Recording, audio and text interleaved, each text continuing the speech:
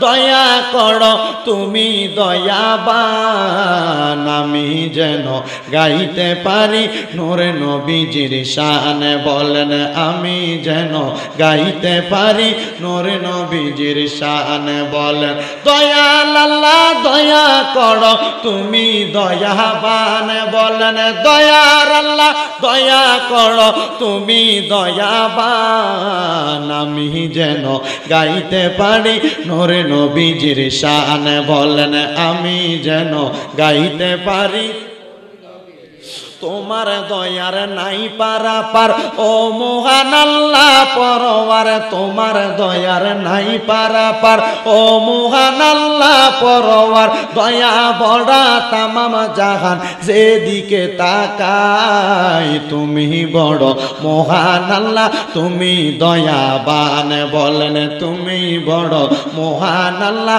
তুমি দয়াবান বলেন দয়া করো দয়াল আল্লাহ তুমি দয়াবান বলেন দয়া করো দয়া তুমি দয়াবান আমি যেন গাইতে পারি নূরে নবীজির শান বলেন আমি যেন গাইতে পারি আরে তুমি সারা নাই কেহ বান্দা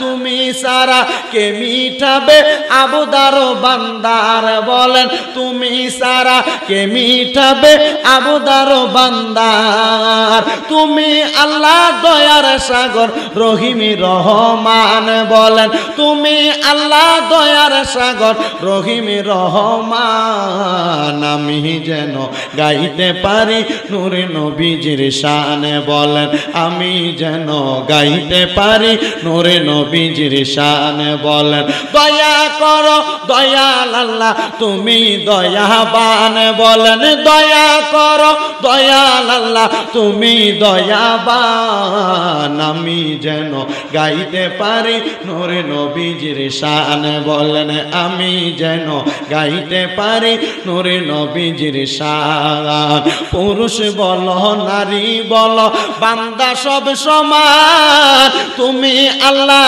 দয়া করো ও গো মেহেরবান বলেন তুমি আল্লাহ দয়া করো ও গো মেহেরবান পুরুষ বলো নারী বলো সবই এক সমান তুমি আল্লাহ দয়া করো বড়ই মেহেরবান বলেন তুমি আল্লাহ দয়া করো বড়ই মেহেরবান আমরা জানি তোমার দুই নাম রহিমি রহমান বলেন আমরা জানি তোমার দুই নাম রহিমি রহমান আমি যেন গাইতে পারি নূরে নবীজির শান বলেন আমি যেন গাইতে পারি নূরে নবীজির শান হায়রে দয়াল আল্লাহ দয়া করো তুমি দয়াবান বলেন দয়াল আল্লাহ তুমি দয়াবান আমি যেন গাইতে পারি নূরে নবীজির শান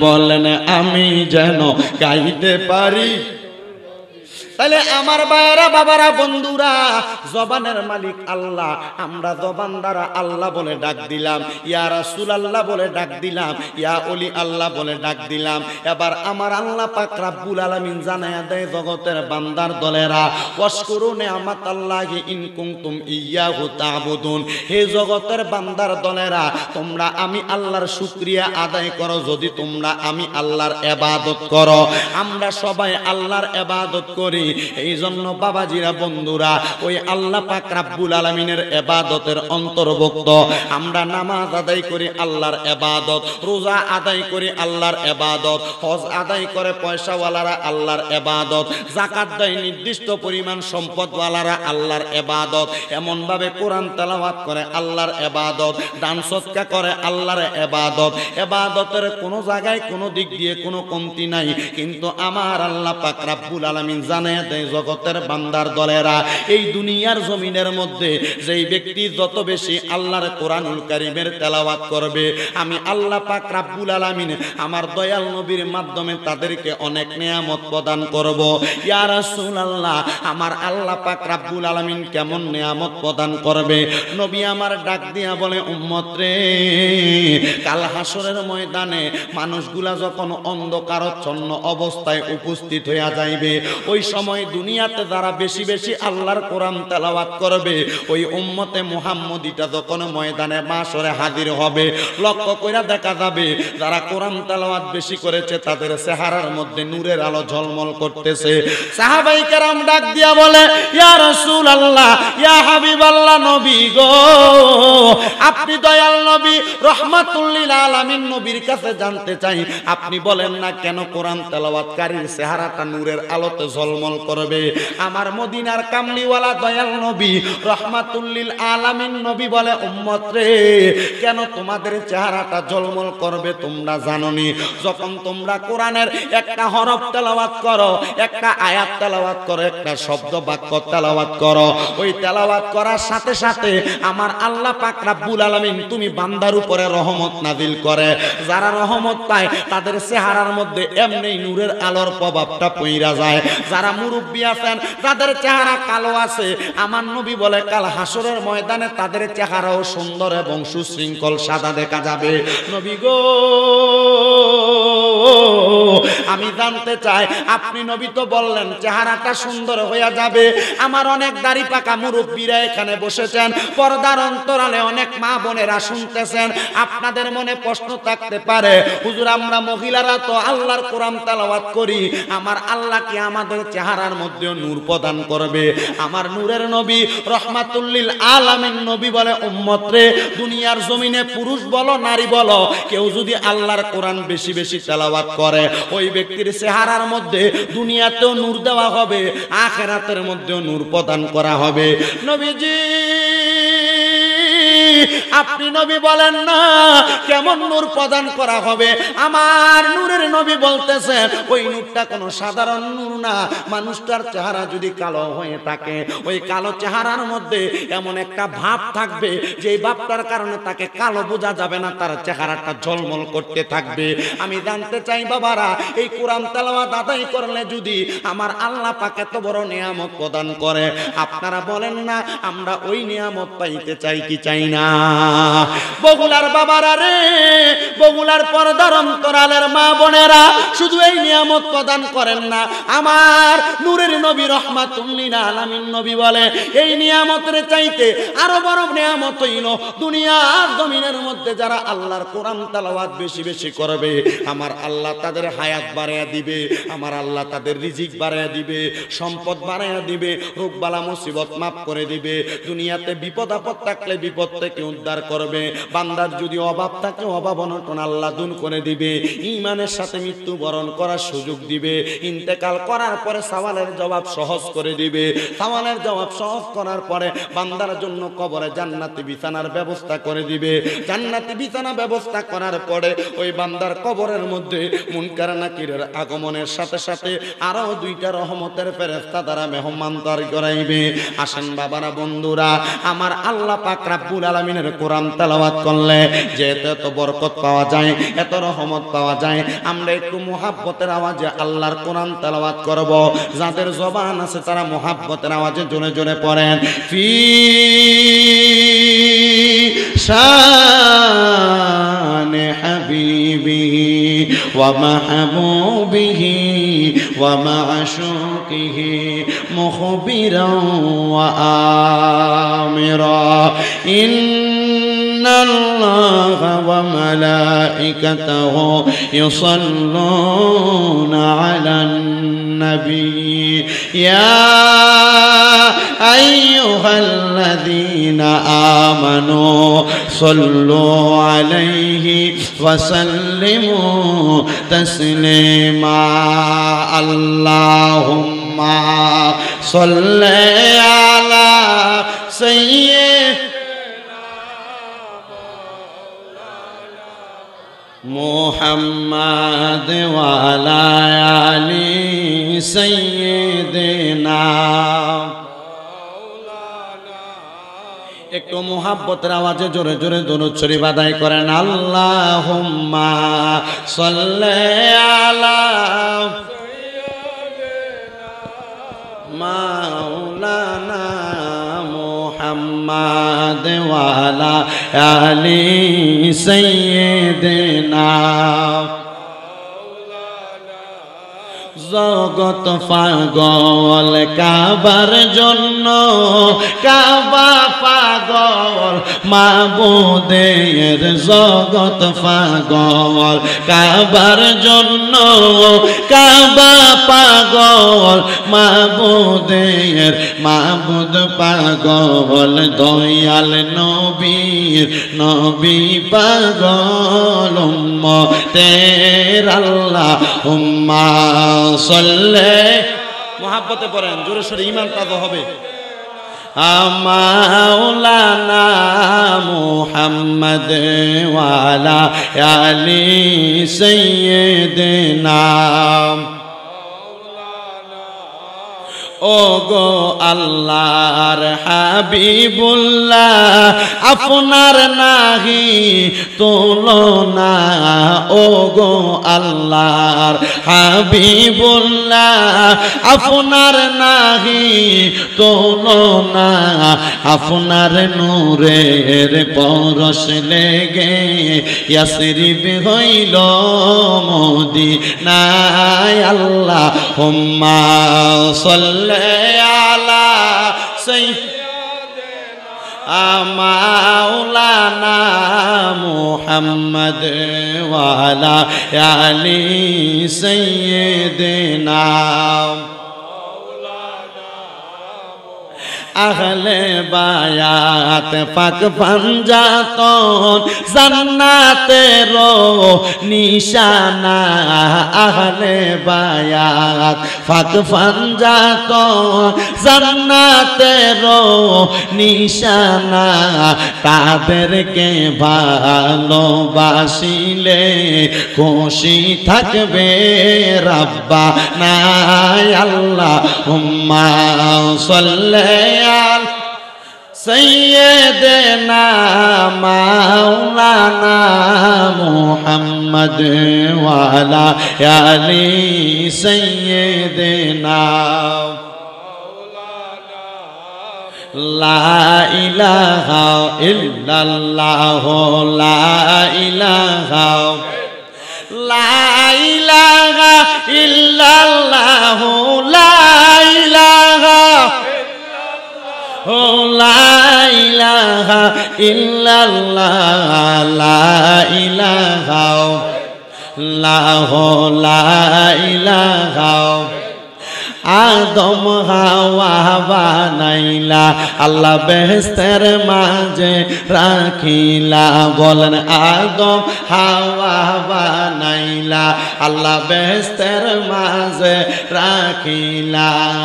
হিকমতে গম দম খাওয়াইয়া, হিকমতে গম ইয়া দুনিয়াতে পাঠাইলা। লা ইলাহা ইল্লাল্লাহ, লা ইলাহা।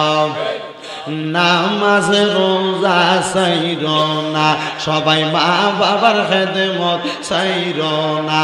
বলেন নামাজ রোজা ছাইরো না, সবাই মা বাবার খেদমত ছাইরো না।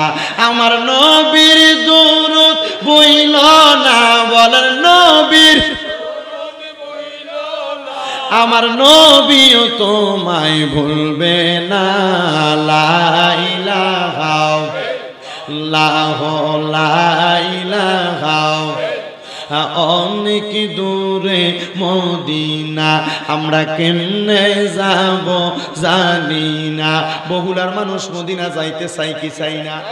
যারা যারা যাইতে চান ডান হাত তুলে আল্লাহরে দেখেন, একটা বার জোরে তাকবীর দেন। নারে তাকবীর, নারে রিসালাত। ইতা আওয়াজ দিয়া মদিনা দেওয়া যাইতো না, এই নসরতপুর পারনের আগে সাক্কা ফামসারি হয়ে যাবো। মদিনা যাইতে হইলে আওয়াজ দেওয়া লাগবো, ইমানি আওয়াজ। মদিনা যাইতে পারেন আর না পারেন, মরণের আগে আপনার এই জজবাউল আওয়াজের কারণে হয়তো মদিনা রহমাতুল্লিল আলামিন নবী আপনার দিদার দেওয়ার জন্য আপনার কাছে চলে আসবে। সুবহানাল্লাহ। তাহলে বলেন আমরা মদিনা যাইতে চাই কি চাই না? যারা যাইতে চান সোজা করে হাতটা তুলুন।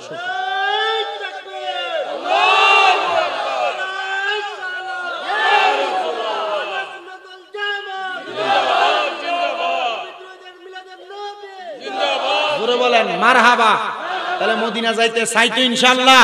জোরে পড়েন অনেক দূরে মদিনা আমরা কেমনে যাব জানি না, দয়াল আল্লাহ দয়া কর। উনি ওই আব্দুল্লাহ জাযুরি রাহমাতুল্লাহ আলাইহি ইরান থেকে উনি রওনা করছেন মক্কা এবং মদিনা মানে আরব দেশের উদ্দেশ্যে ব্যবসা করার জন্য। উনি সাথে নিলেন একটা উটটারে নিয়ে গেলেন ব্যবসা করার জন্য, মাল আনবেন উটের মধ্যে বোঝাই করে। আগে যারা ব্যবসা করার জন্য যাইতেন, যাওয়ার সময় ওনারা উটের চামড়া সেলাই করে পানি রাখার পাত্র বানাইয়া ওইটার মধ্যে পানি ঢুকাইয়া তারপর ওনারা দূরের রাস্তা রওনা দিতেন। আপনারা বুঝতে পারতেছেন তো কথাটা? তো আব্দুল্লাহ জাযুরি রাহমাতুল্লাহ আলাইহি উনি রওনা করলেন ব্যবসা করার জন্য, কিন্তু দুঃখের বিষয় উনি ওই দিন যাওয়ার সময় ওনার পানির যে ফুটনিটা ছিল, পানির যে সামানটা ছিল, উনি ওটা রাইখা উনি রওনা করছে যাওয়ার জন্য। হযরত আব্দুল্লাহ জাযুরি রাহমাতুল্লাহ আলাইহি পানির পাত্রটা রেখে যখন রওনা করলেন, হঠাৎ করে রাস্তার পথিমধ্যের মধ্যে উনি যখন রওনা করলেন ওনার ওযুটা ভেঙে গেছে। হযরত আব্দুল্লাহ জাযুরি রাহমাতুল্লাহি আলাইহি নামাজ আদায় করার জন্য যোহরের ওয়াক্ত হয়ে গেছে। হযরত আব্দুল্লাহ জাযুরি রাহমাতুল্লাহ আলাইহি যোহরের ওয়াক্তে নামাজ শেষ করবেন, কিন্তু আব্দুল্লাহ জাযুরির ওযু নাই, পানি কোন জায়গার মধ্যে পাবে? পানি যদি না পায় তারপরে কিন্তু তায়াম্মুম করার কথা বলা হয়েছে। এবার হযরত আব্দুল্লাহ জাযুরি রাহমাতুল্লাহ আলাইহি উনি হঠাৎ করে তাকায়া দেখলেন মরুভূমির মাঝ বরাবর একটা ঘর দেখা যাচ্ছে, আর ওই ঘরের পাশে একটা গাছ দেখা যাচ্ছে। হযরত আব্দুল্লাহ জাযুরি রাহমাতুল্লাহ আলাইহি ওই গাছটার কাছে যখন গেলেন, ঘরটার সামনে যেয়ে দাঁড়িয়ে গেলেন। এবার লক্ষ্য করে দেখলেন ওই ঘরটার মধ্য থেকে কোনো আওয়াজ আসতেছে না, কিন্তু ঘরের দরজাটার ভিতর দিয়ে মারা। হযরত আব্দুল্লাহ জাযুরি লক্ষ্য করে দেখলেন ওই ঘরের সামনে সুন্দর একটা কূপ আছে, কূপ যেটার পানিগুলো উপরে নাই, অনেক নিচে। তোলার জন্য বালতি লাগবে এবং দড়ি লাগবে। হযরত আব্দুল্লাহ জাযুরি রাহমাতুল্লাহ আলাইহি ঘরের দরজার সামনে দাঁড়াইলেন এবং সালাম প্রদান করলেন, আসসালামু আলাইকুম ওয়া রাহমাতুল্লাহ। এবার আব্দুল্লাহ জাযুরি রাহমাতুল্লাহ আলাইহি যখন সালাম প্রদান করলেন, ঘরের মধ্য থেকে কেন জবাব দেয় না? এবার আব্দুল্লাহ জাযুরির মনের মধ্যে একটা আওয়াজ, একটা কথা মনে পড়ে গেল। হযরত আব্দুল্লাহ জাযুরি রাহমাতুল্লাহ আলাইহি যখন তার মনের মধ্যে চিন্তা উদয় হইল, নবীজি হাদিস শরীফের মধ্যে বলেছে কারোর ঘরের দরজার সামনে দাঁড়াইলে একবার সালাম দিবা, তারপরে তার ঘরের মধ্যে প্রবেশ করবা না। দুইবার সালাম দিবা, তারপরে তার ঘরের মধ্যে প্রবেশ করবা না। তিনবার সালাম দিবা, তারপরে তোমরা তার ঘরের মধ্যে প্রবেশ করবা না। তিনবার সালাম দেওয়ার পরে যদি কোনো জবাব না আসে, তোমরা তার ঘরের দরজা থেকে ফিরে চলে আসবা। হযরত আব্দুল্লাহ জাযুরি রাহমাতুল্লাহ আলাইহি একবার সালাম দিলেন, দুইবার সালাম দিলেন, তিনবার সালাম দিলেন, কিন্তু ঘর থেকে কোনো জবাব আসতেছে না। এমন টাইমে হযরত আব্দুল্লাহ জাযুরি রাহমাতুল্লাহ আলাইহি রাগ করে বললেন, কেমন ঘরওয়ালা, কেমন পরিবারওয়ালা, নামাজ পড়ে না নিজেও, আবার আরেকজন নামাজ পড়ার জন্য ওযুর পানির জন্য ডাক দেয়, আমার ডাকেও জবাব দেয় না। এবার এমন টাইমে ঘরের ভিতর থেকে একটা মহিলা কণ্ঠে আওয়াজ দেয়, ওয়া আলাইকুমুস সালাম ওয়া রাহমাতুল্লাহি ওয়া বারাকাতুহু। এই আব্দুল্লাহ জাযুরি, আপনি এটা কেমন মন্তব্য করেন? কারণ সম্পর্কে না জানা বাজে মন্তব্য করা এটা একটা ইবাদতের বহির্ভূত কাজ। আপনি কি জানেন না এটা ফাসিকি? কারণ সম্পর্কে না জানা বাজে মন্তব্য করা ফাসিকি। ও আব্দুল্লাহ জাযুরি, আপনি কেন বাজে মন্তব্য করতেছেন? আমরা তো ঘরের মধ্যে মানুষ আছি, আপনি আমাদের ব্যাপারে বাজে মন্তব্য করবেন না। হযরত আব্দুল্লাহ জাযুরি বলে, আমি একবার, দুইবার, তিনবার ডাক দিলাম, আপনি কোনো জবাব প্রদান করলেন না। হে আব্দুল্লাহ জাযুরি রাহমাতুল্লাহ আলাইহি, আপনি যখন আমার সালাম দিয়েছেন আমি তখন নামাজরত অবস্থায় ছিলাম। আপনি বলেন নামাজরত অবস্থায় থাকলে কেমনে সালামের জবাব দিব? এই জন্য আমি আপনার সালামের জবাব দেই নাই। এবার আব্দুল্লাহ জাযুরি বলে, মা ও আমার আম্মা জান, আমি তো আপনাকে একবার সালাম দিলাম, দুইবার সালাম দিলাম, তিনবার সালামের জবাব না পাওয়ার পর আমার মাথাটা রাগান্বিত হয়ে গেছে।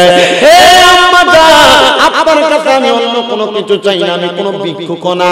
আম্মা জান, দুপুরের নামাজের ওয়াক্ত শেষ হয়ে যাচ্ছে, আবার কোনো বর্ণনায় পাওয়া যায় বলেছে আসরের নামাজের ওয়াক্ত শেষ হয়ে যাচ্ছে। ও মা, আপনি আমাকে একটু পানির ব্যবস্থা করে দিতে পারেন, ওই পানিটা দ্বারা আমি ওযু করব। মহিলা ডাক দিয়া কয়, ও আব্দুল্লাহ জাদুলি, না না, আমি আপনারে পানি দিতে পারবো না। বলে কেন পানি দিবেন না? আমি নামাজ পড়ি, আপনি কি চান না? বলে চাই। তাহলে পানি কেন আপনি আমারে দিবেন না? বলে আমার ঘরে তো পানি নাই, আমি কেমনে আপনি আব্দুল্লাহ জাদুলিরে পানি প্রদান করব? এবার হযরত আব্দুল্লাহ জাদুলি বলে, মা ঠিক আছে, আপনার ঘরের মধ্যে পানি নাই, আপনি আমারে পানি দিতে পারবেন না। তাহলে আমি তাকায়া দেখলাম আপনার বাড়ির সম্মুখে একটা কূপ দেখা যায়, ওই কূপের পানিগুলা একবারে কূপের নিচে চলে গেছে। কূপের পানিগুলা তোলার জন্য বালতির দরকার, পানিগুলা তোলার জন্য একটা দড়ির দরকার। মা, আপনি আমার একটা বালতি এবং একটু দড়ির ব্যবস্থা করে দেন, যেন আমি নিচ থেকে পানি তুলতে পারি। মারহাবা করেন, আরো জোরে করবেন না মারহাবা। মহিলা ডাক দিয়ে, আব্দুল্লাহ জাদুলি, আমার কাছে কোনো বালতিও নাই, দড়িও নাই, বালতিও নাই, দড়িও নাই, কোন জায়গা থেকে আমি আপনারে পানির বালতি এবং দড়ি দিব?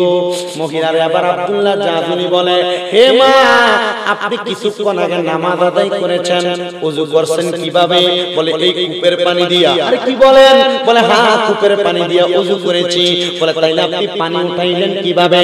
ডাক দিয়া কয়, ও আব্দুল্লাহ জাদুলি, আপনার পানি লাগবে শুধু এটা বলে, তাহলে আপনি আমার চোখের আড়াল হয়ে যান, আমি ঘর থেকে বের হব, তারপরে আমি এই জায়গার মধ্য থেকে আপনারে পানি উঠিয়ে দিব। আব্দুল্লাহ জাদুলি চিন্তা করলেন, মহিলাটা মনে হয় বড় পর্দাশীল, পুরুষ মানুষকে তার চেহারা দেখতে দেয় না, পুরুষ মানুষের তার দেহটা দেখতে দেয় না।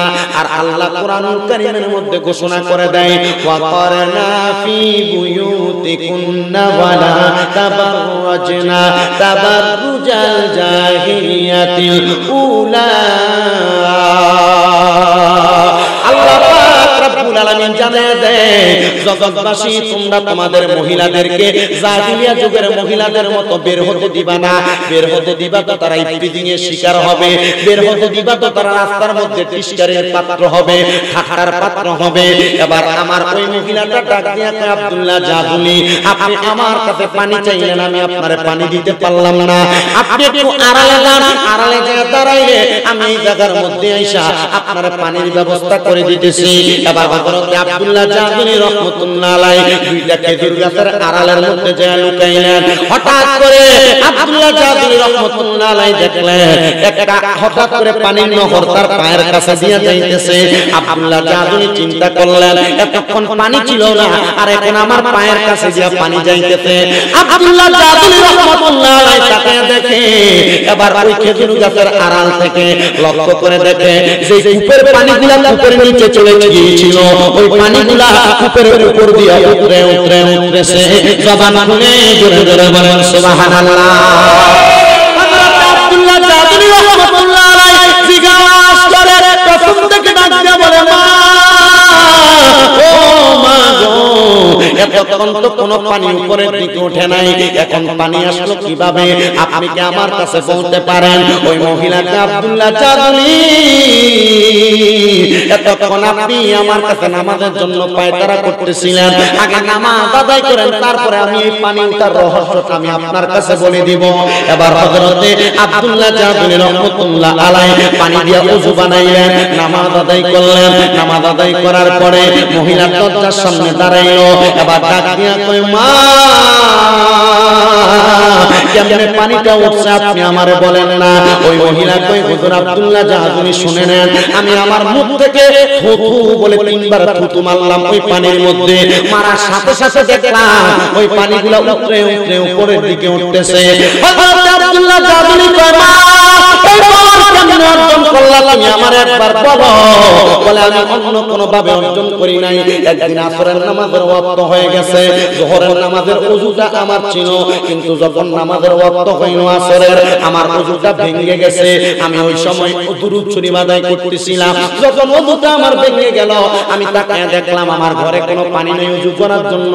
আমার সামনে কূপটা আছে, কিন্তু দরিয়ার বালতির অভাবে আমি পানিটা তুলতে পারতেছিলাম না। এই কূপের প্রতি আমার বড় ঘৃণা লাগতেছিল। আমি যে আমার হাতের কাছে পানি আছে কিন্তু তুলতে পারতেছি না, ওযু করতে পারতেছি না। কূপের প্রতি রাগ কইরা আমি মহিলা ওই কূপের মধ্যে থু থু করে তিনবার ঘৃণার চোখে সেপ মারছি।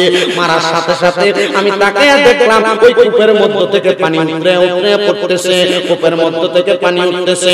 এবার আমি ওযু বানাইলাম, ওযু বানাইয়া আমি নামাজ আদায় করলাম। আসরের নামাজের পরে আমি আল্লাহর দরবারে ইস্তেখারা করলাম। হে মুসলমান, ইস্তেখারা বলতে আপনি কি বুঝেন? আপনার কাছে আমি আরেকটা বার জানাইয়া দিতে চাই। ইস্তেখারা বলতে ওইটাকে বলা হয়, মনে করেন আপনি আপনার ছেলেকে বিবাহ দিবেন, মেয়েকে বিবাহ দিবেন কোন জায়গায়, একটু মনোযোগের সাথে শোনার চেষ্টা করেন। আপনার ছেলেকে কারোর কাছে বিবাহ দিবেন, মেয়েকে কারোর কাছে বিবাহ দিবেন। বিবাহ দেওয়ার আগে ছেলেটাকে যে মেয়ের সাথে বিবাহ দিবেন, ওই মেয়েটাকে ভালো না খারাপ এটা জানার জন্য ইস্তেখারার দরকার। মনে করেন আপনি ব্যবসা করবেন, ব্যবসাটাতে আপনার উন্নয়ন হবে না, লস হবে, এটার জন্য আপনার ইস্তেখারার দরকার। বলে হুজুর ইস্তেখারা কিভাবে করা হয়? ইস্তেখারা করা হয় যদি হারাম না খায়, হালাল খাবার খায়, যদি আল্লাহর ইবাদত করে, বেশি করে আসরের নামাজের পরে দুরূদ শরীফ আদায় করে, ইস্তেগফার আদায় করে, সূরা ফাতিহা এবং সূরা ইখলাস পড়ে, ডান হাতের তালুটা ডান গালের নিচে দিয়া পাটাকে বইটা চোখটা বন্ধ করে আল্লাহর কাছে কোন কাজের জন্য ইরাদা করা অথবা কোন কাজের জন্য জানার চেষ্টা করার নাম ইস্তেখারা। এখানে অনেক আছে আলেম সারা, মাদ্রাসার ছাত্র সারা, তরিকতের সবক বহন করেছেন ওই লোক ছাড়া আমার মনে হয় না সাধারণ কোন পাবলিক কোনদিন ইস্তেখারা করেছে। আমার মনে হয় না। আমার একজন উস্তাদ আমাকে বলেছেন কোন ভালো কাজ বা কোন কর্ম সম্পাদন করার আগে একটাবার ইস্তেখারা করে নিবেন। হুজুর কেন? যে এই কাজটা করার আগে ইস্তেখারা করলে তোমার জীবনের সিদ্ধান্তটা কি ভালো হচ্ছে নাকি খারাপ হচ্ছে তখন তুমি বুঝতে পারবে। আপনারা সুবহানাল্লাহ বললেন না? আপনাদের দোয়ার বরকতে আমি এক এক করে কুমিল্লা শহরে 6টা মাদ্রাসা করছি। কয়টা? 6টা মাদ্রাসা করেছি। অল্প কিছুদিন আগে অক্টোবর মাসের 1 তারিখে আমি আমার একটা মহিলা মাদ্রাসার উদ্বোধন করেছি। আমি করার আগে চিন্তা করলাম মহিলা মাদ্রাসা তো হুজুররার বসে কোনো অভাব নাই, চিন্তা করা দরকার কোনো বদনাম নি হয়ে যায়। আমি হুজুরকে বললাম, হুজুর আপনি কি দেখেন না এখন আমি ইস্তেখারা করাম কেমনে? ইবাদতের এত একটা জোর পাইতেছি না, মাহফিলে দৌড়াই, মোটামুটি নফল ইবাদত কম হইতেছে, কোন রকম ফরজ ইবাদতটা হয়। হুজুর কইলা আচ্ছা ঠিক আছে আমি দেখতেছি। হুজুর বলছে ঠিক আছে করো, তবে সাবধানতার সাথে একটু সিকিউরিটি মেইনটেইন করে চলো। আপনাদের দোয়ার বরকতে এমন ভাবে সিকিউরিটি দিছি বাইরে অনেক সুযোগ নাই, মোটামুটি সিসি ক্যামেরা রোমে লাগিয়ে দিছি, তো এখন খুব সুন্দরভাবে মাদ্রাসা পরিচালিত হচ্ছে। আলহামদুলিল্লাহ কি বলবেন না আপনারা? জোরে আর জোরে বলবেন নাকি আলহামদুলিল্লাহ? আপনাদের দোয়ার বরকতে আপনাদের মনে হয় দিগম্বরের আগে রূপনপুরের একটা এলাকার একটা মেয়েকে গত পরশুদিন নিয়ে ভর্তি করাইছে আমার মাদ্রাসায়। এরপরে আপনাদের এখান দিয়ে পাশে ওই যে বানিয়াচঙ্গের মাথায় একটা গ্রাম আছে, ওই গ্রামের একটা ছেলে নিয়ে ওই আমার মাদ্রাসায় নিয়ে দিয়ে আসছে। আমি দিগাইলাম হবিগঞ্জে মাদ্রাসার অভাব নাই, এনা কেন আছেন? বলে হুজুর আপনি ওয়াজ করেন এর লাগি আপনার মাদ্রাসায় দিছি। আমি কই মাশাআল্লাহ ঠিক আছে, তবে চিন্তা করলাম এই ইস্তেখারার একটা ফজিলত বরকত আছে না নাই? জোরে বলেন আছে না নাই? এজন্য কোন কর্ম করার আগে ইস্তেখারা করবেন। ইস্তেখারা, এই ইস্তেখারা করলে অনেক লাভ হইব। অনেকে চিন্তা করে যারা ইস্তেখারা কি বুঝে না, বা আমি বোঝানোর পরে বুঝে বলার পরে বুঝে না, মনে মনে আসে কি কথা জানি কইতাছে ঠিক না? হ্যাঁ আম পাবলিক যারা তারা বুঝবেন না ইস্তেখারা খুব জরুরি। যারা বিয়ে করবেন যুবক মানুষ এখনো বিয়ে করছেন না, মায়া পছন্দ করে আসছেন, এই মেয়েটা ভালো না খারাপ তার মেয়ে এবং মেয়ের মা বাবার নাম যাই না, গ্রামের নাম যাই না, এসে আসরের নামাজের পরে ইস্তেখারা করে দেখেন, দেখবেন এই মেয়েটা ভালো না খারাপ আপনারা আল্লাহর পক্ষ থেকে এলান করে দেওয়া হবে। এই ক্ষমতা অর্জন করার জন্য ইবাদতের দরকার আছে না নাই? সুদ ঘুষ খাইয়ে যদি ইস্তেখারা করতেন তার কাম হবে না, ফরজ সম্পদ মাইরে দিয়ে ইস্তেখারা করতেন তার কাম হবে না। আপনার কষ্ট হইতাছে বাবা? অসুবিধা হইতেছে? আপনার শুনতে অসুবিধা নাই তো ইনশাআল্লাহ? যতটুকু প্রয়োজন আমি আপনাদেরকে ঠিক ততটুকু নিয়ামতের সাথে আলোচনা করার চেষ্টা করব। এই মূর্খ না চিজের যতটুকু আলোচনা আপনারা শুনবেন, আমি শুধু দুরূদ শরীফের ফজিলতের একটি কথা আপনাদেরকে শোনায় দিয়ে যাওয়ার চেষ্টা করতেছি। আল্লাহ যেন আমাকে বলা আপনাদেরকে শোনার পর আমল করার তৌফিক দান করে। জোরে সোরে কোন আমিন।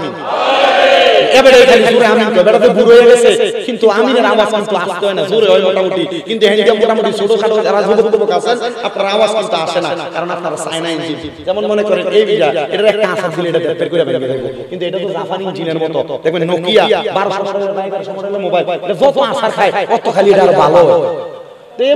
জাপানি ইঞ্জিনের মতো। আর বর্তমান যুবক সমাজে আপনারা যারা আছেন চায়না ইঞ্জিন, তবে মনে রাখেন জাপানি যেটা লাস্টিং বেশি করলো আওয়াজ একটু কমে হয়, আর চায়না যেটা আমি কিন্তু চায়না এটা ইউজ করি, এর আওয়াজটা বেশি হয় গলাইলে, এর লাগি কিন্তু এটা ইউজ করি।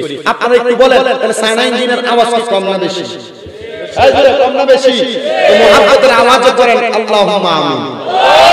একবার ধরে কোন আলহামদুলিল্লাহ। মুহাব্বতের আওয়াজে কোন ইয়া রাসূলুল্লাহ। ওই মহিলা ডাক দিয়া আব্দুল্লাহ বলে শুনো, আমি ইস্তেখারা করলাম আসরের নামাজের পরে, আল্লাহর দরবারে কান্নাকাটি করলাম, আল্লাহ আমি পানি খুঁজলাম, আমি কোনো পানি পাইলাম না, আপনি আমারে কোনো পানির ব্যবস্থা করে দিলেন না। হে আল্লাহ,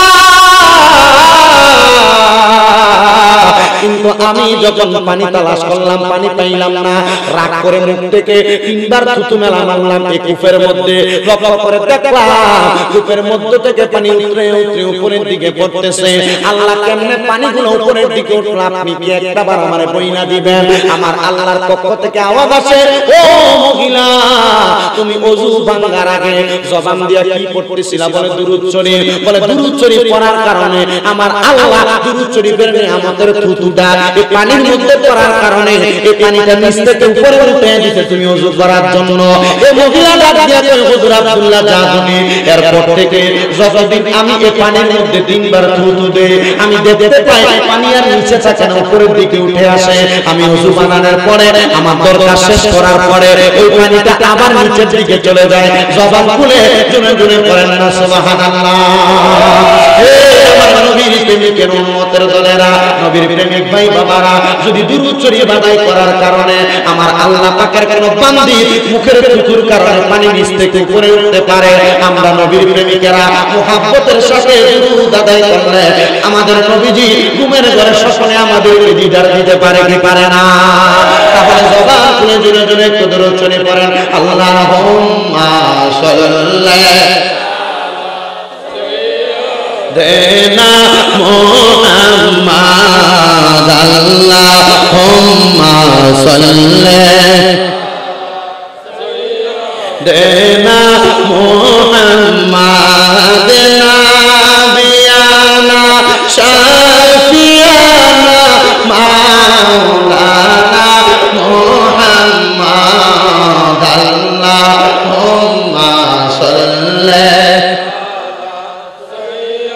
দেনা মুহাম্মাদ, নাবিয়ানা মাওলানা মুহাম্মাদ।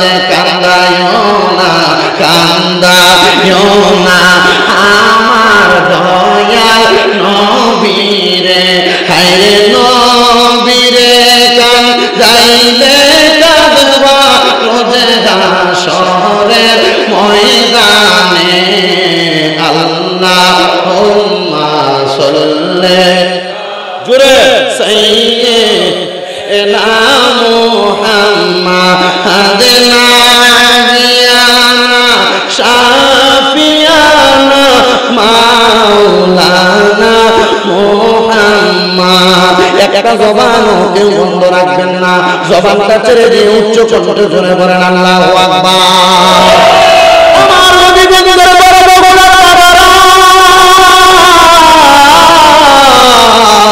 ও নবীর উম্মতের দলেরা, পর্দার অন্তরালে আমার মা বোনেরা, আমার মাহফিল কমিটির ভাইরা বলেছে হুজুর শানে বেলায়েতের উপরে আল্লাহর একজন বন্ধু ছিলেন হযরত মনসুর হাল্লাদ রাহমাতুল্লাহ আলাইহি, ওনার জীবনী থেকে আপনি একটু কথা বলবেন। আমার বাবারা, মনসুর হাল্লাদের জীবনীর আলোচনা আমার জীবনে আমি আরো 2 বার করেছিলাম, আজকে নিয়ে আমি 3 বার করার লাগতেছে, একমাত্র মাহফিল কমিটির ভাইদের আবদার মেটানোর জন্য। তবে আমার একটা বিশ্বাস, এই আলোচনা থেকে আপনারা অনেক কিছু শিক্ষা গ্রহণ করতে পারবেন। মনসুর হাল্লাদ অনেক পরের কথা। মনসুর হাল্লাদ দুনিয়ার জমিনে যার মাধ্যমে আসছে উনি হইল তার মা জননী।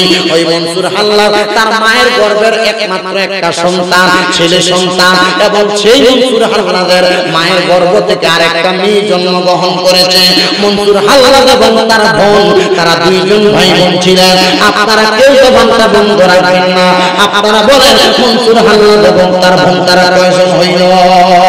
হযরত মনসুর হাল্লাদ রাহমাতুল্লাহ আলাইহি উনি যখন দুনিয়া করতেন, হযরত মনসুর হাল্লাদ ইবাদতের মধ্যে মশগুল থাকতেন, সকল কর্মকাণ্ডের মধ্যে কর্মকাণ্ডের মধ্যে থাকতেন, মানুষের সেবার কাজের মধ্যে থাকতেন। কিন্তু মনসুর হাল্লাদের আম্মা জান বাড়ির মধ্যে বড় অসুস্থ অবস্থায় পড়েছিল, কিন্তু মায়ের দেখাশোনা করার জন্য মনসুর হাল্লাদের ওই ছোট বোনটা মনসুর হাল্লাদের বাড়ির মধ্যে সব সময় থাকতো, তার আম্মা জানের খেদমত করত।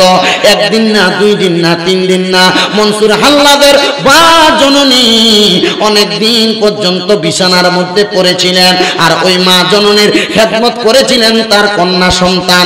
আমার পর্দার অন্তরালে অনেক মা বোনেরা আলোচনা শ্রবণ করতেছেন, আপনারা এখানে অনেক শ্রোতা মণ্ডলী আলোচনা শ্রবণ করতেছেন। আপনারাও মনে রাখবেন, আপনাদের মা, আপনাদের বাবা যদি বিছানার মধ্যে পড়ে যায়, আপনারা ওই মা বাবার খেদমত করা লাগবে। এটার শিক্ষা মনসুর হাল্লাদের বোনও দিয়ে গেছে, আমার নবীও দিয়ে গেছে, নবীর সাহাবায়ে কেরামও দিয়ে গেছেন। হযরতে মনসুর হাল্লাদের মা জননী যখন বিছানার মধ্যে পড়ে রইলেন, এবার মনসুর হাল্লাদের বোনটা তার মা জননীর অনেক খেদমত করে, আদর যত্ন করে। খেদমত এবং আদর যত্ন করার পরে ওই মা জননী একদিন লক্ষ্য করে দেখলেন, মা জননী যখন বিছানার মধ্যে পড়ে থাকে, এশারের নামাজের পরে মনসুর হাল্লাদের বোন তার মারে ওষুধ খাওয়াইয়া, মনসুর হাল্লাদের বোন তার মা জননীর খাবার খাওয়াইয়া, ওই মা জননী যখন ঘুমাইয়া যাইত, মনসুর হাল্লাদের ছোট বোনটা ঘর থেকে কোথায় যেন বের হয়ে চলে যাইত।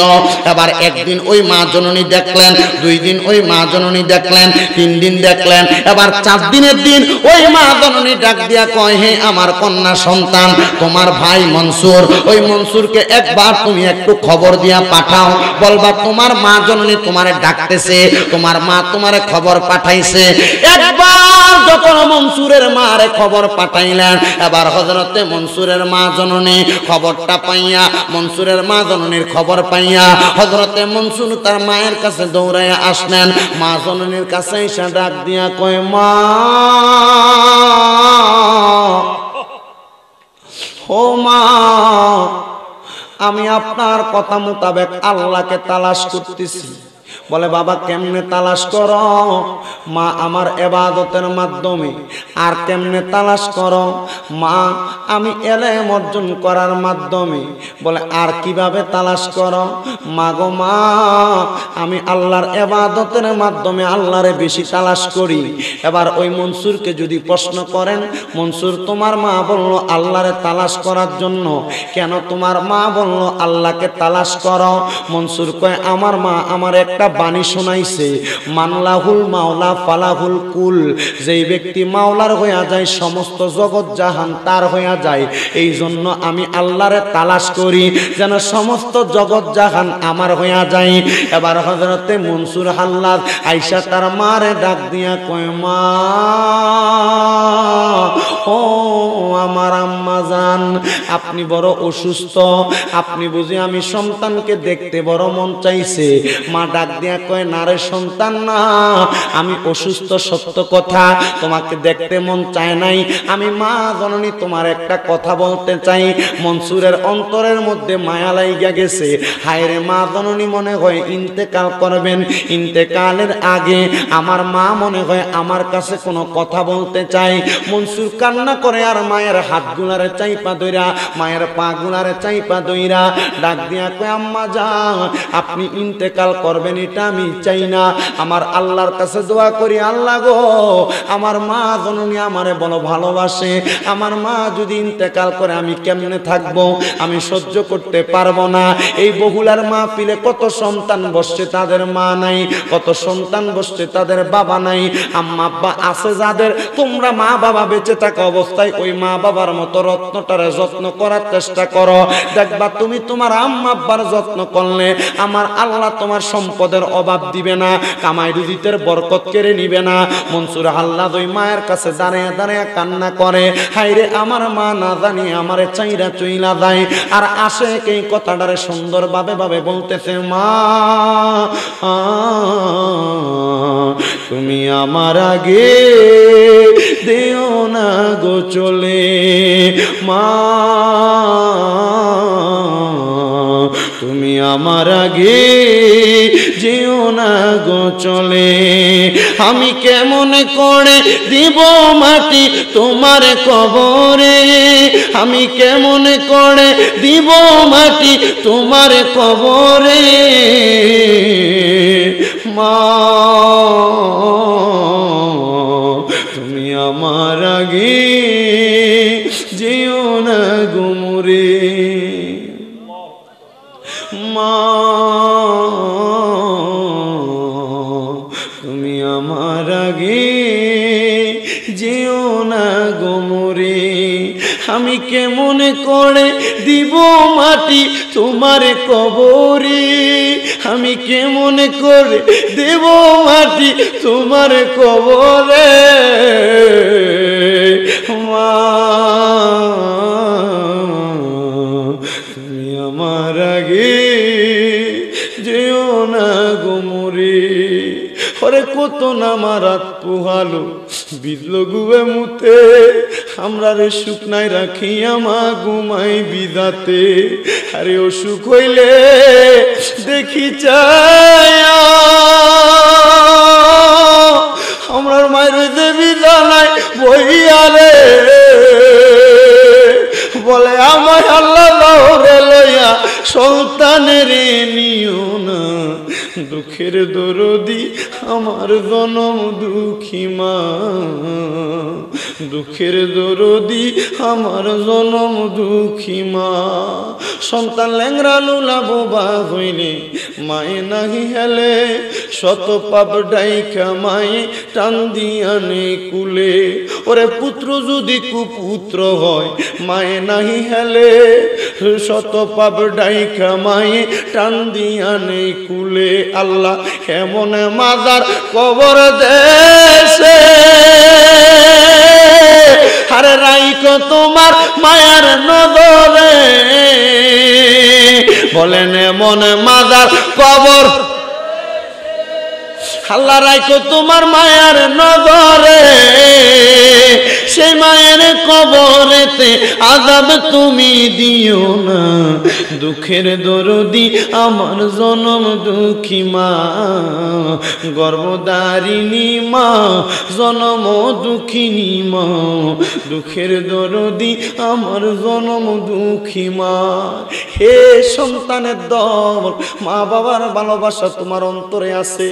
আজকে আমারে জোহরের আযানটা দিতেছে, এমন টাইমে আপনাদের বড় বহুলার একটা ছেলে ওমান থেকে আমারে কল দিছে, ফোন দিয়া কই হুজুর আজকে বহুলার মাহফিলে যাইবেন, গত বছর আপনার ওয়াজ শোনার লাগে আমি বহুলাতে গেছি, এর আগের বছর আমি আপনার ওয়াজ শুনবার লাগে গেছি, হুজুর আমি ওমানে আছি, কিন্তু এই বছর বিদেশ আসার পরে আমার মাটা আমারে ছেড়ে কবরে চলে গেছে, আমার কাছে চোখের পানিটি পালায়া পালায়া কাঁদছে। আমি জিজ্ঞাসা করলাম কি লাগে, মাল লাগে এমনি কান্দ, ডাক দিয়ে কই হুজুর আমার আমার মা আমার বিদেশে এমনি পাঠাইছে না, আমার মায়ের গলার একটা চেন ছিল, আমার মায়ের পালনে একটা গরুর দুধওয়ালা গরু ছিল, ওই গরুটা বিক্রি কইরা মায়ের গলার চেনটা বিক্রি করে আমার মা আমি ফুতেরে বিদেশ পাঠাইছে। হুজুর আমি এখন টাকা কামাই করি, আমার টাকা আমার ব্যাংক অ্যাকাউন্টে পড়া থাকে, আমি আমার মারে আমি আমার টাকা পয়সা দিতে পারি না। হুজুর আমার মা ডাল লেগে খাত করে দোয়া করবেন। আল্লাহ জানি না কার জানি মা হারে আজকে বকুলার মাহফিলে বসছে। এই বকুল একতা যুব সংঘের মাহফিল, এটা 15তম মাহফিল। আমাদের বিশ্বাস আজকের মাহফিলে বৈশা মায়ের জন্য দোয়া করলে, বাবার জন্য দোয়া করলে আল্লাহ মা বাবার কবরের আযাব মাফ করে দিবে রে সন্তানের দল। হযরতে মনসুর হাল্লাজ কান্না করে আর ডাক দিয়া কয়, মা আপনি আমার কাছে কি কথা বলার জন্য আসছেন? আমারে কেন ডাকে আনাইলেন? আপনি না আমারে বলছেন যতক্ষণ না মাওলা পর্যন্ত পৌঁছাই ততক্ষণ যেন আপনার কাছে না আসি। এখন দিয়ে আপনি আমারে খবর দিয়া পাঠাইছেন। হযরতে মনসুর আল্লাহদের মা কয়, এ মনসুর শোনো রে শোনো, আমার কথা শুনে নাও। আমি মনসুর হাল্লাদের মা হইতে পারি, কিন্তু মনসুর শোনো, তোমার বোন আমার খেদমত করে। মনসুর কয়, মা আমার বোন আপনার খেদমত করে, কথা সত্য, কোনো খেদমতে ত্রুটি আছে? বলে না। মা গো মা, তাহলে কেন আমারে খবর দিয়া পাঠাইলেন? শোনো রে বাবা, কেন তোমারে খবর দিয়া পাঠাইছি? তোমার মা জননী, আমি এখন একটা কথা তোমারে জানাইয়া দেই, তোমার বোন আমার খেদমত যথারীতি করে, সকাল থেকে সন্ধ্যা পর্যন্ত, সন্ধ্যা থেকে আমি ঘুমানোর আগ পর্যন্ত। হে মা, খেদমত তো করে, তাহলে ডাকাইলেন কেন? বলে বাবা, তোমার বোন আমার রাত্রবেলা এশারের নামাজের ওযু করাইয়া দেয়, একটা পা একটা হাত মাসুর ছিল। তোমার বোন আমারে সন্ধ্যার এশারের নামাজের ওয়াক্ত হইলে ওযু করাইয়া দেয়, আমি মা নিজে নিজে নামাজ আদায় করি। শোনো রে মনসুর, আমি মা জননী নামাজ আদায় করি, কথা সত্য। এবার আমারে খাবারও খাওয়াইয়া দেয়, খাবারগুলা খাওয়ানোর পরে আমি মা যখন ঘুমাইয়া যাই, আমি হঠাৎ করে একদিন দেখলাম তোমার বোন ঘরের মধ্যে থাকে না, তোমার বোন ঘর থেকে কোথায় যেন চলে যায়। একদিন দেখলাম, আমার সন্দেহ লাগলো। এবার দ্বিতীয় দিন আর আমি ঘুমাইলাম না, ঘুমের ভান ধরলাম। এবার আমি দেখলাম ওই দিনও তোমার বোন চলে যায়। 3 দিন দেখলাম, আমি ঘুমাইলাম না, ঘুমের ভান ধরলাম, দেখলাম তোমার বোন চলে যায়। এবার যখন তোমার বোনটা চলে যায়, আমার কাছে সন্দেহ লাগলো, বর্তমান জামানা জাহিলিয়া যুগের মতো যদি আমার কন্যা সন্তানটাকে কোনো পুরুষ মানুষ ধর্ষণ করে, কোনো পুরুষ মানুষ ইফতিজিং করে, কোনো পুরুষ মানুষ তার উপর কুনজর দেয়, এই জন্য আমার মনে একটু সন্দেহ লাগলো। কিন্তু আবার সন্দেহ থাকে না, কারণ তোমার বোন শরীরের মধ্যে নির্দিষ্ট পরিমাণ পর্দার অংশীদারিত্ব হইয়া তারপরে বাড়ি থেকে বের হয়। হে মনসুর শোনো, তোমার বোন কোথায় যায় আমি জানি না, কিন্তু ফজরের নামাজের আগে, তাহাজ্জুদ নামাজের ওয়াক্তের পূর্বে তোমার বোন আবার বাড়িতে ফিরে আসে। কিন্তু আমার সন্দেহ লাগলো তোমার বোন কোন জায়গার মধ্যে জানি চলে যায়, কিন্তু আমার ঘুম থেকে সজাগ হওয়ার আগেই চলে আসে। হে মনসুর তুমি একটু খবর নাও, বোনটা কোন জায়গার মধ্যে যাই। এবার মনসুর কয়, মা আমি তো আসলাম, এখন আমি বাড়ির দিক থেকে আমি বাহিরে চলে যাই। বলে তুমি কি পরীক্ষা করবা না? মা আমি বাড়ি থেকে চলে যাচ্ছি, তবে পরীক্ষা করার জন্যই যাচ্ছি। মনসুর বাড়ি থেকে বিদায় নিলেন, তার মার কাছ থেকে বিদায় নিলেন, বোনের কাছ থেকে বিদায় নিলেন। বিদায় নিয়ে আবার রওনা করলেন মনসুর হাল্লাদ। তার সঙ্গী সাথী ছিল আরো 3 জন, হযরতে আব্দুল্লাহ শিবলি নোমানি রহমতুল্লাহ আলাইহি, আরেকজন ছিল হযরতে আব্দুল্লাহ মারুফ কারকি রহমতুল্লাহ আলাইহি, আর যেই আল্লাহর ওলির কথা বলেছি হযরতে আব্দুল্লাহ জাজুলি রহমতুল্লাহ আলাইহি। এই 3 জন ছিলেন হযরতে মনসুর হাল্লাদের জামানার আলেম। আর একটু পরিচিত আলেম হইল হযরতে জুনায়েদ বাগদাদি রহমতুল্লাহ আলাইহি। মনসুর হাল্লাদের জামানার আলেম হইল হযরত জুনায়েদ বাগদাদি। জবান খুলে জোরে জোরে কোন আল্লাহু আকবার। মনসুর আল্লাহ কয়, মা আপনি বলেছেন আমার বোনটা কোথায় যায় কি করে পরীক্ষা করার জন্য, অবশ্যই আমি পরীক্ষা করব। মা জননী এই কথাটা বলার সাথে সাথে এবার মনসুর হাল্লাদ বিদায় নিয়ে চলে গেলেন। বোনও মনে করছে মনসুর হাল্লাদ বাড়ি থেকে চলে গেছে, মাও মনে করছে মনসুর হাল্লাদ বাড়ি থেকে চলে গেছে। এবার যখন ওই দিন রাত্রবেলা হইল, মনসুর হাল্লাদের বোন তার মাকে ওযু বানাইয়া এশারের নামাজ পড়াইয়া ভালোভাবে খাওয়াইয়া ঘুম পাড়াইয়া দিয়া এবার ঘর থেকে বের হয়ে যাচ্ছে। ওই মনসুর হাল্লাজের বোন এক কদম যায়, মনসুর হাল্লাজ পেছন দিয়া আরেক কদম যায়, মনসুর হাল্লাজের বোন সামনের দিকে যায়, মনসুর হাল্লাজের বোনটা সামনের দিকে যায়, মনসুর হাল্লাজও সামনের দিকে যায়। এমন ভাবে যাইতে যাইতে মনসুর হাল্লাজ লক্ষ্য করে দেখলেন মনসুর হাল্লাজের এলাকার মধ্যে একটা বড় পাহাড়। মনসুর হাল্লাজের বোনটা হঠাৎ করে পাহাড়ের ওই পার চলে গেছে। মনসুর হাল্লাজ পাহাড় অতিবাহিত করে গেলেন, যা দেখতেছে বড় জঙ্গল, জঙ্গলটা পাড়ি দিলেন। পানি দিয়ে যাওয়ার পরে মনসুর হাল্লাজ তাকায় দেখতেছে জঙ্গলের পরে বড় একটা নদীর মতো দেখা যায়। মনসুর হাল্লাজের বোন ওই নদীটা পানি দিতে লাগলেন। নদীটা পানি দেওয়ার সময় লক্ষ্য করে দেখলেন ওই নদীটার মধ্যে মনসুর হাল্লাজের বোনটা পা লাগায়, কিন্তু পাওটা আর ডুবে না, পাওটা আর ডুবে না। বলে ডুবে কেমনে, ডুববে কেমনে? কারামাতে আউলিয়া ও হাক্কুন, ওলিদের কারামত সত্য। মহিলারাও ওলি হইতে পারে ঘরের মধ্যে থাইকা পর্দা কইরা। আল্লাহর নবী কয় একটা মহিলা জান্নাতি হওয়ার জন্য, ওলি হওয়ার জন্য 4টা শর্ত: স্বামীর খেদমত করা, নামাজ পড়া, রোজা রাখা এবং পর্দা মেনটেন করে চলা। এই 4টা জিনিস যে মহিলা মেনটেন করে চলতে পারে ওই মহিলা ওলি হইতে পারে, ওই মহিলা জান্নাতি হইতে পারে। এবার আমার ভাইয়েরা, আমার বাবাজিরা, বন্ধুরা গভীর মনোযোগ দিয়ে আলোচনা শ্রবণ করার চেষ্টা করবেন। আল্লাহর ওলি হযরতে মনসুর হাল্লাজ যখন সামনের দিকে গেলেন লক্ষ্য করে দেখলেন তার বোনে কদম একটা রাখে, পাওটা পানির নিচে যায় না, আরেকটা কদম রাখে, পাওটা পানির নিচে যায় না, আরেকটা কদম রাখে, পাওটা পানির নিচে যায় না। হযরত মনসুর হাল্লাজ কয় আমার এমন ক্ষমতা নাই, আমি কেমনে পারি দিব? তবে মনসুর হাল্লাজ কয় আমার একটা ইবাদতের পাওয়ার আছে, আমি ফজরের নামাজের আগে ঘুমাই না। বলে কেন ঘুমাও না? বলে আমি ফজরের নামাজের আগে একটা ইবাদত করি। বলে কেমন ইবাদত করো? ওয়া মিনাল লাইলি ফাতাহাজ্জাদ বিহি নাফিলাতাল লাকা আসা আইয়াবআসাকা রাব্বুকা মাকামান মাহমুদা।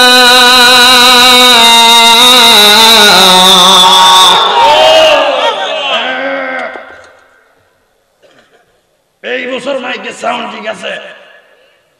দেন না, এটা যাত্রীও নাই সামনে দিয়ে, মাইকের ব্যবসা করে। বলা কা সাউন্ড বেশি সুন্দর। আমি মোটামুটি 2017 সালের শেষের দিক থেকে তো মাহফিল করি, তো মোটামুটি হবিগঞ্জ যতবার আইছি বেশিরভাগই বলাকা পাইছি। বালা ওই কইছিলাম না জাপানি ইঞ্জিন, যত আসারবেন তত ভালো।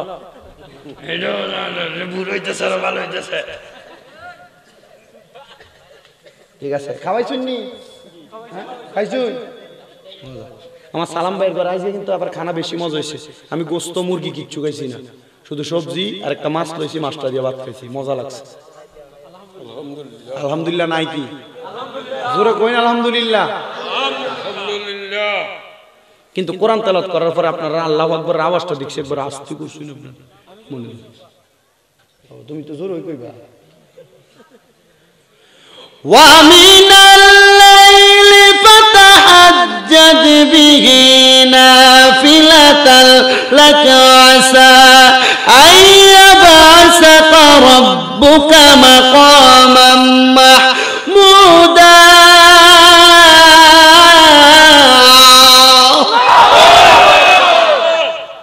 এবার মনে হইছে মাহফিল একটু গরম। পরিদিশা বাইশা ওয়াজ করে আবার মজা হই পাইব। আল্লাহ কবুল করুক, আমিন কম। আমি তুমি আবার বাতিদা শাহান পেয়ে ফেস লাগবে না। আমি আরেক বেটারে তুমি মনে করে জিজ্ঞেস গেছিলাম একটা। মাদ্রাসা কেমন চলে? আলহামদুলিল্লাহ। একটা দাখিল মাদ্রাসা করছে ফইলে, না মহিলা মাদ্রাসা, মাশাআল্লাহ খুব সুন্দর করে করছে। আমি গত বছর ওই ফইলের এক মাহফিলে কইয়ে দিয়ে গেছিলাম। আপনার কষ্ট হইতেছে? কোনো অসুবিধা হচ্ছে না তো? আমি যত তাড়াতাড়ি ছেড়ে দিব আমার জন্য ভালো হবে, কিন্তু অসুবিধা নাই। আমি মোটামুটি এই মাহফিল তো এটা আমি আমার নিজের মাহফিল মনে করি, কারণ আজকে 3 বছর আসতেছি। কেমন? ইনশাআল্লাহ আল্লাহ চালাক, আল্লাহ যেন আমাদের সবার হায়াতে বরকত দান করে, প্রত্যেকটা কথার উপর আমল করার তৌফিক দান করে। আল্লাহ বলছেন ওয়া মিনাল লাইলি ফাতাহাজ্জাদ বিহি। নবী আপনি রাতের কিছু অংশে তাহাজ্জুদের নামাজ পড়েন, নাফিলাতাল লাকা আসা, এটা আপনার জন্য খাস করা হয়েছে। আইয়াবা আসাকা রাব্বুকা মাকামাম মাহমুদা। যদি আপনি তাহাজ্জুদ করেন অতি সত্বর আপনাকে মাকামে মাহমুদ প্রদান করা হবে, মানে প্রশংসার দরজা, প্রশংসার জায়গা, প্রশংসার স্থান প্রদান করা হবে। এই আয়াত যখন নবীর উপরে নাযিল হয়েছে, নবীজি আল্লাহর দরবারে কান্না করা শুরু করছে। কেন? নবীজি কান্না করে কয়, আল্লাহ আমি যদি তাহাজ্জুদের নামাজ পড়ি আপনি আমার মাকামে মাহমুদ দিবেন। আল্লাহ আমার উম্মত তো 5 ওয়াক্ত নামাজ পড়ে, ও আল্লাহ আমার উম্মত যদি তাহাজ্জুদের নামাজ পড়ে আপনি আমার উম্মতকে কি দিবেন? এজন্য যারা হজ করছেন তারা জানেন মক্কা এবং মদিনার ভিতরে 6 ওয়াক্ত নামাজের আযান হয়, তাইনি? 6 ওয়াক্ত নামাজের আযান, ফজর, যোহর, আসর, মাগরিব, এশা এবং তাহাজ্জুদ। মক্কা এবং মদিনা 2 জায়গায় তাহাজ্জুদ নামাজের আযান হয়। কারণ আল্লাহ পাক আমার নবীর কাছে ওয়াদা করেছেন, নবী ওয়াদা নিয়েছেন যে নবীর কোন উম্মত যদি তাহাজ্জুদের নামাজ পড়ে আল্লাহর কাছে কান্না কইরা যা চাইবে আল্লাহ তা দিবে। আপনি টেনশনে যদি পড়ে যান, বিপদে পড়ে যান, বিপদ থেকে উদ্ধার হওয়ার জন্য দোকানে আগে খেতেন ফাইলট সিগারেট, এখন ধরে বেনসন,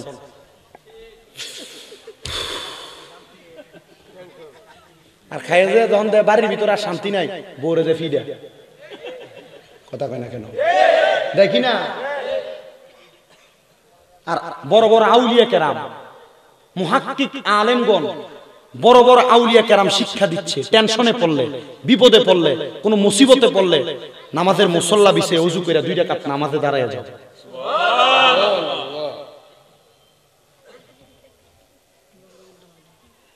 আপনি নামাজ পড়বেন দূরের কথা, 5 ওয়াক্তই পড়েন না, আপনি নফল পড়বেন কোন সময়? তাহাজ্জুদ পড়বেন কোন সময়? খবর লইয়া দেখলে দেখা যাইব মাহফিলে অনেকে আছে এসে নামাজ পড়ছে।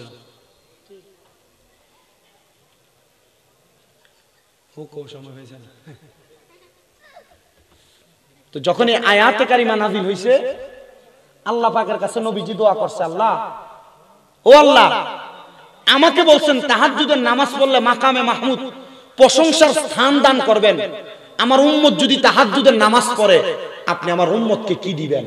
আল্লাহ বলছে, নবী আপনার উম্মত যা চাইবে তাই দেওয়া হবে। আমি গতকালকে আমার এক মাহফিলে বলছি, এক মহিলা চুরি করত, চুরি ফেডে যখন খিদা লাগতো মানুষের এই বাড়ি ওই বাড়ি যে চুরি করে খেত। তো ওই মহিলা একদিন এক বাগানে গেছে চুরি করবার লাগা। কোথায় গেছে? বাগানে গেছে চুরি করবার লাগা।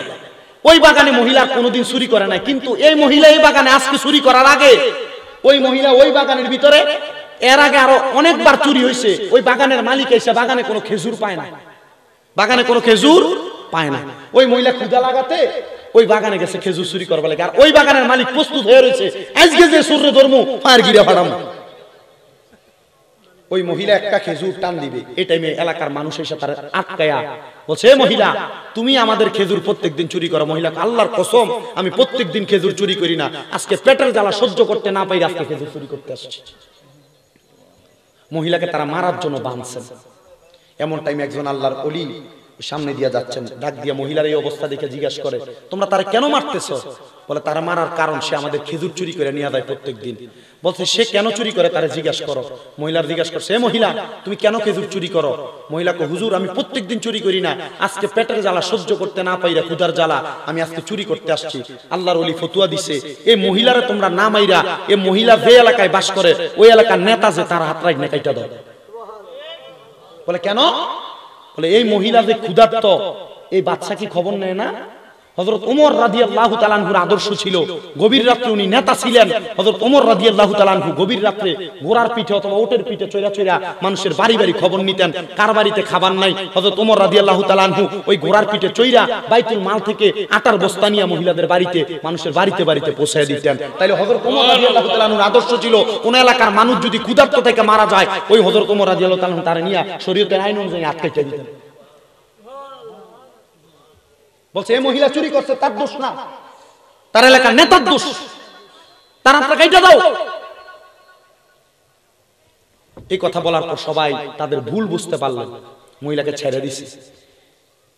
কয়লার ময়লা ধুইলে এই মহিলা তো আসলেই চোর, আসলেই ভাগ্যের মিনিমাম পরিহাস। রাত্রে খিদা লাগাতে ওই মহিলা চুরি করতে বাইর হয়েছে, চুরি করতে যাইবো তো যাইবো।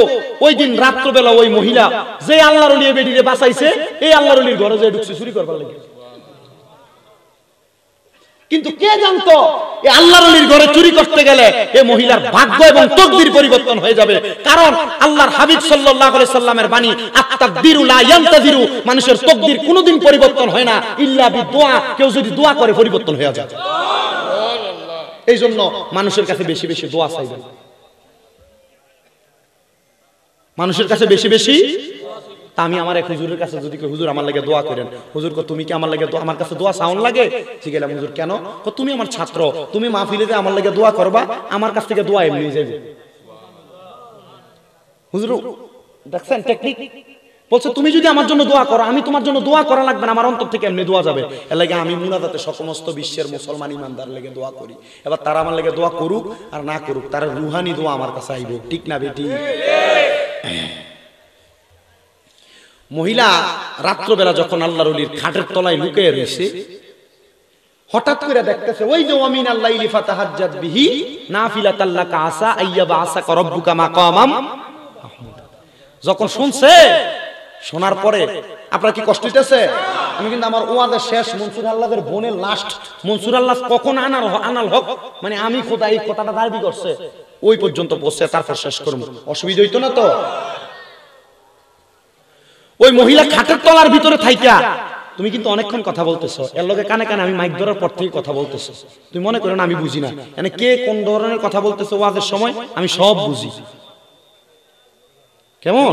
আমি বুঝি, কারণ আমি মোটামুটি এমনি না, আমি 2017 সাল থেকে ওয়াজ করি, হিসাব করে দেবো কয় বছর।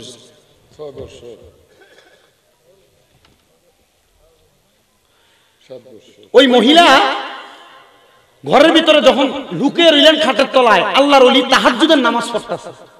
নামাজ পড়া ওই আল্লাহর ওলির বহুদিনের শখ ছিল এ তাহাজ্জুদ নামাজ পড়া নবীজির দিদার পাইবে। কার দিদার পাইবে? নবীজির দিদার পাইবে। আর ভাগ্যের এমন ভালো প্রতীক্ষা, ওই আল্লাহর ওলি ওই মহিলা যেই দিন আল্লাহর ওলির ঘরে ঢুকছে চুরি করবার লাগে, ওই দিনে ওই আল্লাহর ওলি নবীজির দিদারে মুস্তাফা পাইছে। সুবহানাল্লাহ।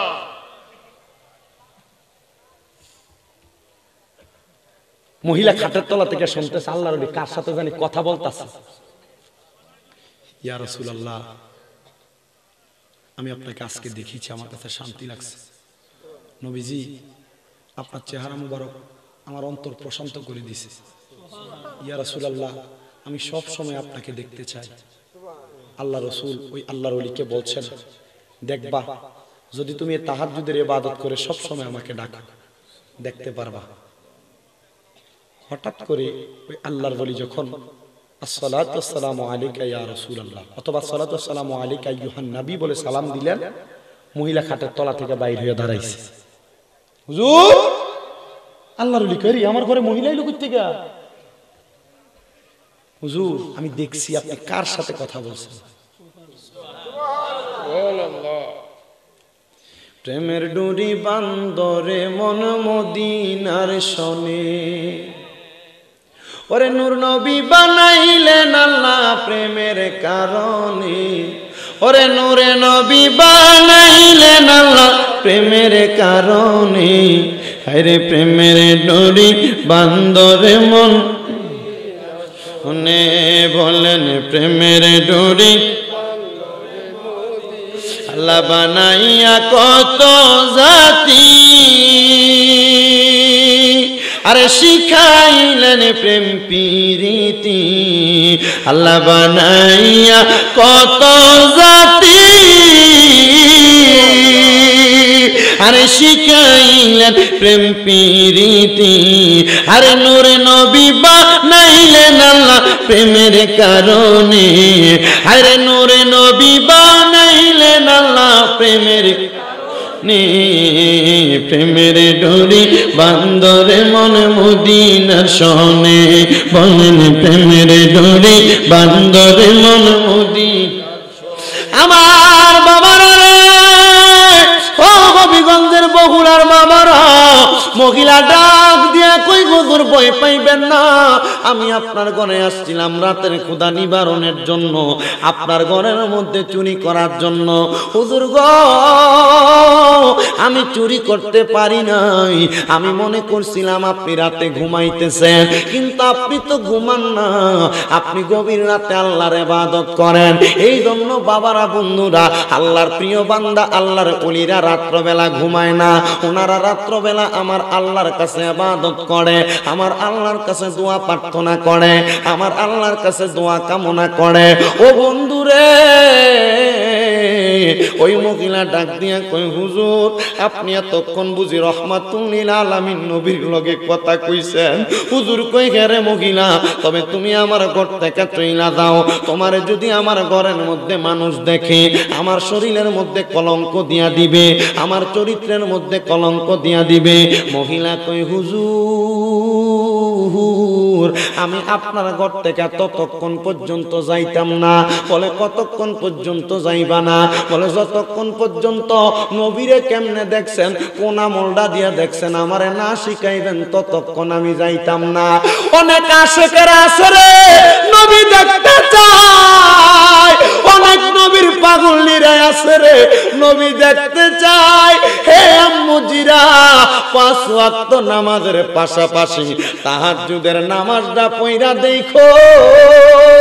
আমি একটা কথা বইলা যাই, যদি হালাল খাইয়া 5 ওয়াক্ত নামাজ পড়া নবী দেখার জন্য তুমি কান্দো, আমার রহমাতুল লিল আলামিন নবীরে তুমি দেখার জন্য কান্না করবা, আর রহমাতুল লিল আলামিন তোমারে দিদার যাওয়ার জন্য তোমার ঘরের মধ্যে চলে আসবে। জোরে জোরে বলেন সুবহানাল্লাহ। বন্ধুরা রে আমার, এবার ওই মহিলারে আল্লাহর উনি শিখিয়ে দিল, তুমি এমনে এমনে তাহাজ্জুদের নামাজ পড়বা, পরের সম্পদ তুমি লুণ্ঠন করবা না, মানুষের টাকা পয়সা তুমি নিবা না, মানুষের বাড়িতে বাড়িতে এমনে মানুষ কই এই মহিলা একটা সুন্নিয়া ছিল, মহিলাটা মানুষের বাড়িতে বাড়িতে চুরি করত, আমরা তার জানাজার মধ্যে যাইতাম না। আহারে, ওই মানুষটা খারাপ ছিল, এজন্য আমরা তার জানাজার মধ্যে যাইতাম না। এই কথা যখন সবাই বারবার বলে, এবার এলাকার মানুষ আর তার জানাজায় যায় না, কিন্তু ওই আল্লাহর ওলিটা একা একা ওই মহিলাটারে কারণে যখন তো জানাজা দেওয়ার জন্য পায় না, নিজে নিজে কবর কইরা ওই মহিলাটারে একা মাটির মধ্যে দাফন করছে, কিন্তু তার কোনো জানাজা দেওয়া হয় না। আল্লাহর ওলি কই একা তো জানাজা দেওয়া যায় না, লগে একটা মানুষ পাইলে তার জানাজাটা পড়তাম, কিন্তু লগে আমার কোনো মানুষ নাই। আল্লাহর ওলি মহিলাটারে মাটি দিলেন, মাটি দেওয়ার পরে নিজে নিজে কবর জিয়ারত করে ফেললেন। বন্ধুরা আমার,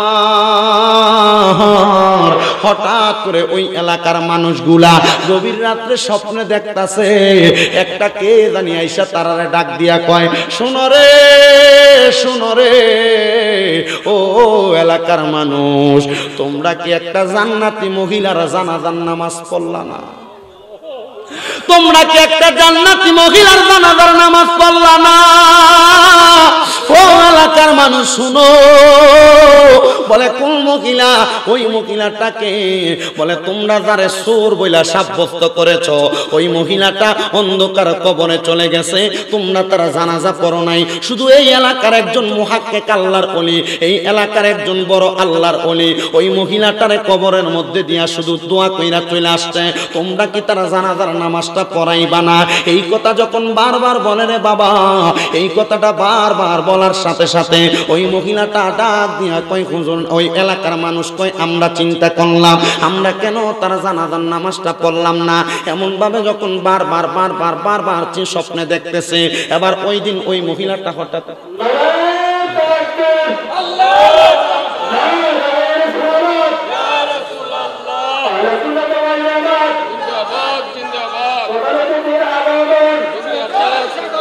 শুভেচ্ছা